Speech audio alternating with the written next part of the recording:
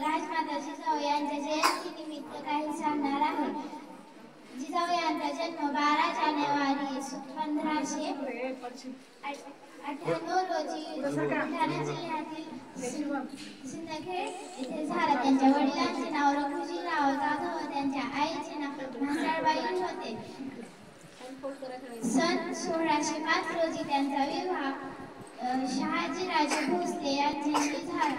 त्यांना लहानपणीपासून अन्यायाविरुद्ध चिड होती. अन्यायाविरुद्ध लढण्यासाठी त्यांनी हातात धार व तलवार घेऊन अन्यायाविरुद्ध लढल्या. त्यांनी शिवरायांना मोठ्या थोर वेगळींच्या गोष्टी सांगितल्या. शिवरायांनाही त्यांच्यासारखे मोठे व्हावेसे वाटायचे.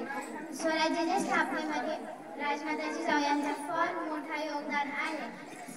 17 जून 1674 रोजी रायगडच्या पायथ्याला असलेले पाचाळगाव येथे त्यांनी आपला अखेरचा श्वास घेतला. एवढे करून माझे 2 शब्द संमतीचे